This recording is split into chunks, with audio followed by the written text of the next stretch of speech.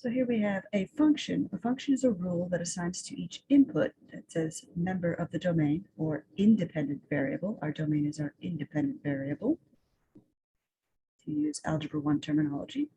It assigns to each input a unique output. That's the member of the range or the dependent variable. So this is just another way of phrasing the same definition we had from the beginning of lecture. Now, to emphasize this relationship, this input-output relationship, we use function notation. How do we use function notation? Well, we name our function. F is very common, F for function. We'll use G, H. It depends on what we're trying to do. So we write the name of the function, if we name it F, and then followed by parentheses, we indicate the independent variable. So if our independent variable is named X, we indicate that by putting X in parentheses. We read this F of X. This gives us the value of F, the function, at X. So if you are handed some function in function notation and asked, hey, what's the independent variable? Well, the independent variable, indep var,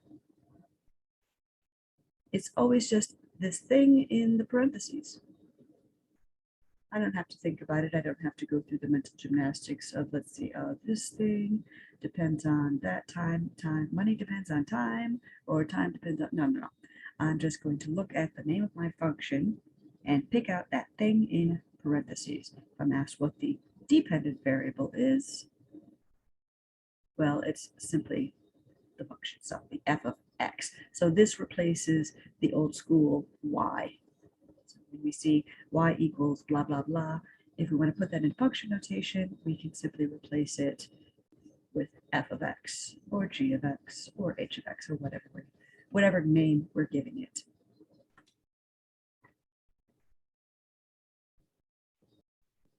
So let's look at examples. So if we have the equation of a line, a la Algebra 1, we always said that is y equals mx plus b. Hit you over the head with that, y equals mx plus b, y equals mx plus b. We can write this in function notation. If I name this f, I'll name it f. So I replace y with f of x. Y, my independent variable, is x. So I simply replace y with f of x in the function notation. The equation of a line can be given as f of x is equal to mx plus b. Let's look at a specific example. Say I have f of x is 5x minus 2. We used to say, hey, find y when x is 7, for example. Well, I don't have to write that out anymore. I'll just say find f of 7, f of 7. This tells me anywhere I see an x, I'm actually going to now place 7. So I say 5, I find an x, I replace it with the thing in the parentheses. Evaluate f at x is equal to 7. So 5 times 7, that's 35. Minus 2, 33. So we say f of 7 is 33.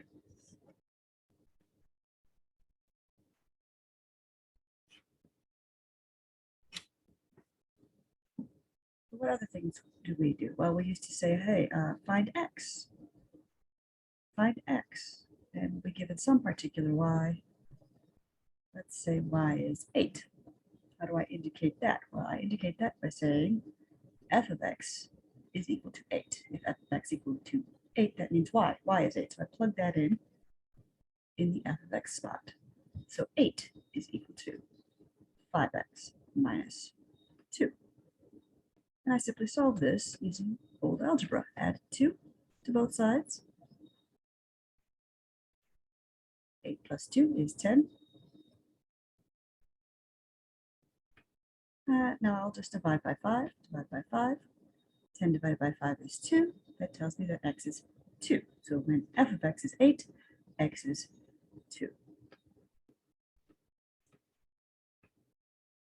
So notice above, when I said find f of, I put the thing in parentheses in place of my x. Whenever I do that, I say in place of x, in place of every x. So let's inspect this function. I have g of x is x squared plus 3x minus 1. Let's find g of 9. I want g of 9. That tells me go to my formula here, my equation, put 9 in anywhere I see an x. An x here is an x squared, and I'm going to use parentheses here so I don't make a mistake. That's 9 squared. It says plus 3x, well plus 3, that means 9. 9 is what's going in place of x, minus 1. 9 squared is 81.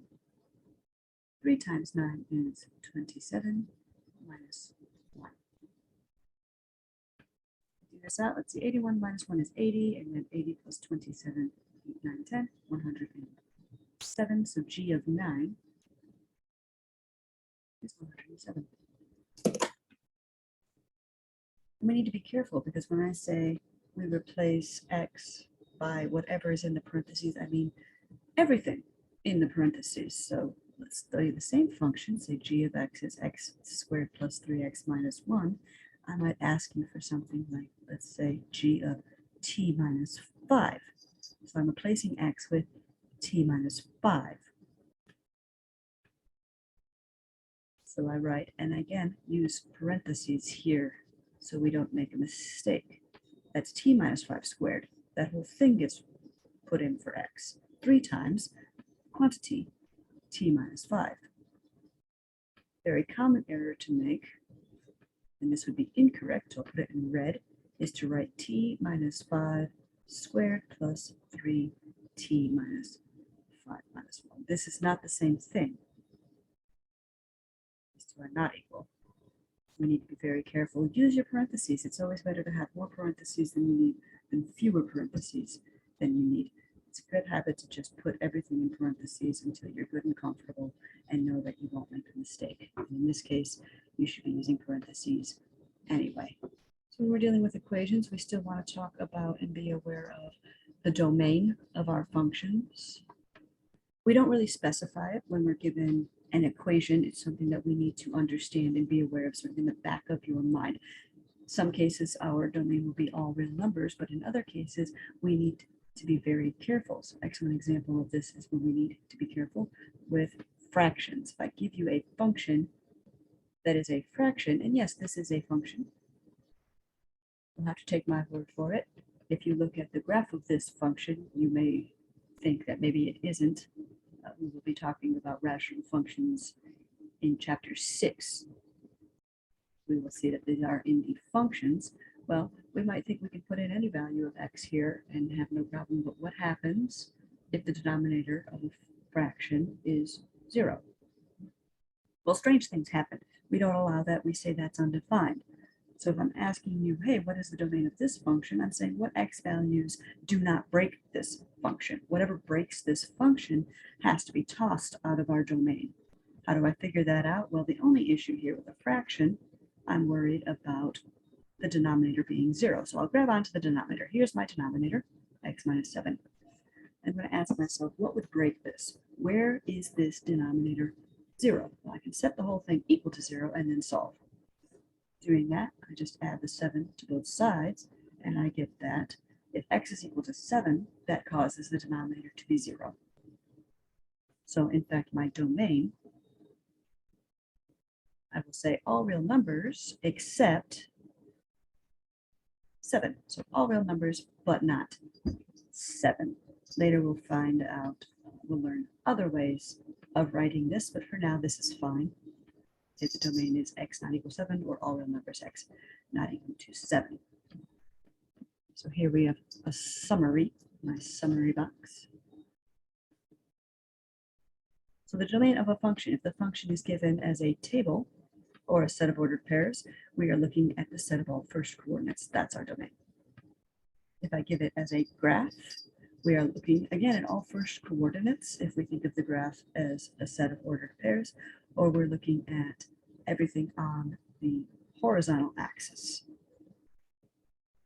If we are described by equations, our function is described by an equation, the domain will be the set of all numbers for which the value of the function can be calculated. So anything that does not break the function.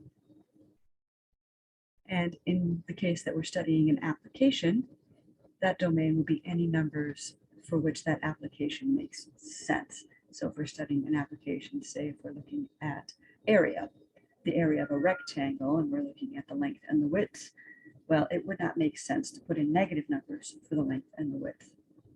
So we would exclude any numbers that are just silly.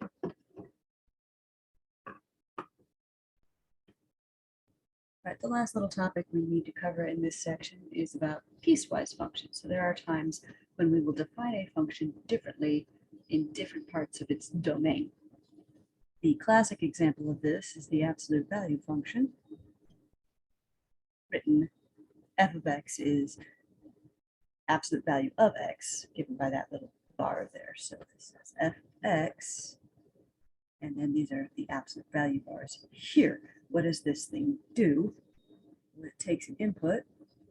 Here's my input, f of 5. The absolute value of 5 lets us take that same thing and make it positive. This is already positive, so I just get 5 back. And it's something that is negative. The absolute value of a negative 8, it says take that thing, make it positive, and hand it back. So I get positive 8. We can write this in a piecewise fashion. You see it indicated here. What do? I write the name of the function equals, and then big curly brace, one big curly brace, and I begin my cases. So I start listing out the different definitions. It returns just x, absolute value returns x, when, what part of the domain? The part of the domain where x is greater than or equal to 0. So if x is positive or 0, it just hands you x back again. The other thing it does is it will give you the negative of x, so the opposite sign. That's what that means. It indicates this is, we're just flipping the sign here. Negative x, when do we get negative x? When does it flip the sign? It flips the sign at any point where x is less than 0. So I list the definition or the formula that I want, and then what part of the domain that applies to, and then the other cases, right? The next formula I want and what part of the domain that applies to. So the only little trick with piecewise functions is just to be aware of where you are in the domain so that you know which formula to use.